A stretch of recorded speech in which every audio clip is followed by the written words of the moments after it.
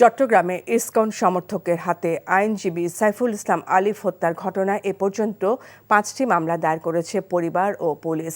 সর্বশেষ নিহতের বাবার দায়ের করা হত্যা মামলার পর তিনি ছেলের হত্যাকারীদের ফাঁসিসহ ইসকনকে নিষিদ্ধের দাবি জানিয়েছেন। চট্টগ্রাম থেকে আরও জানাচ্ছেন শামসুল হক হায়দরি, ক্যামেরায় ছিলেন এনামুল হক।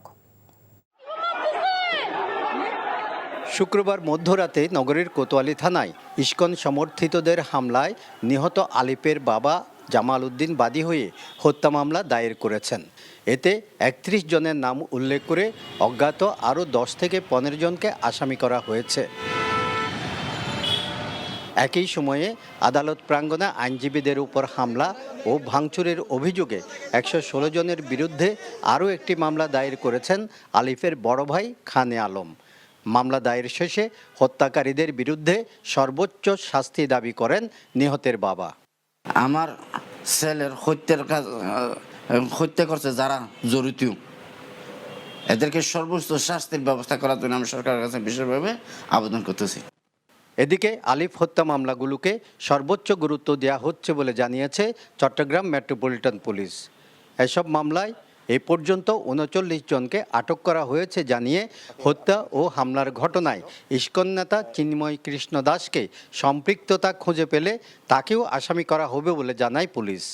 এই ঘটনার সাথে তাদেরকে আমরা শনাক্ত এবং আইনের আওতায় নিয়ে আসবো। যাকে কেন্দ্র করে এই উদ্ভূত পরিস্থিতির সৃষ্টি হয়েছে, আমরা তার সংশ্লিষ্টতার বিষয়ে তদন্ত চলছে। যদি কোনো পর্যায়ে তার জড়িত থাকা, তার উস্কানি বা কোনো বিষয় এখানে জড়িত থাকে, অবশ্যই তাকেও আইনের আওতায় নিয়ে আসা হবে।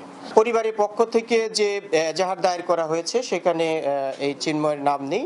তারপর আমরা বিষয়টা তদন্ত করে দেখছি, যদি এখানে তার কোনো সংশ্লিষ্টতা থাকে সেটা অবশ্যই আইনগত যে ব্যবস্থা সেটা নেওয়া হবে।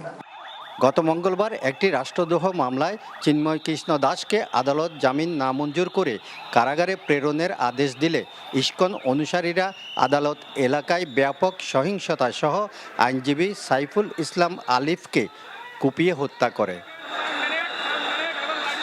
শামসুল হক হায়দরি, NTV নিউজ, চট্টগ্রাম।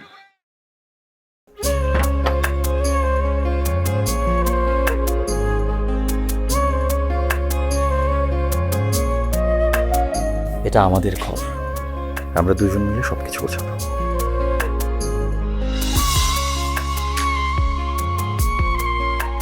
বাহ, এই ঘরটা এতদিন মরে আসছিল, নতুন বউয়ের হাত পরে একটা চক চক চক চক করতেছে।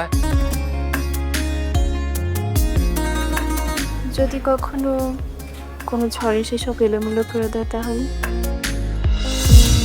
আরে তুমি আসছো, তোমার বউয়ের হাতে রান্না খুবই চমৎকার। এলাকাটা ভালো না, একটু সবকিছু চোখে চোখে রাখেন। আমার খাওয়ানিও তোমার কোনো চিন্তা করতে হবে না। এই যে চুড়ি দিয়েছে, শাড়ি দিয়েছে না জিলো, তার কাছে যাও যাও যাও, সরো সরো। পৃথিবীতে মানুষের মানুষের সম্পর্কের বড় সমস্যা কি জানো? ভুল বোঝাবুঝি।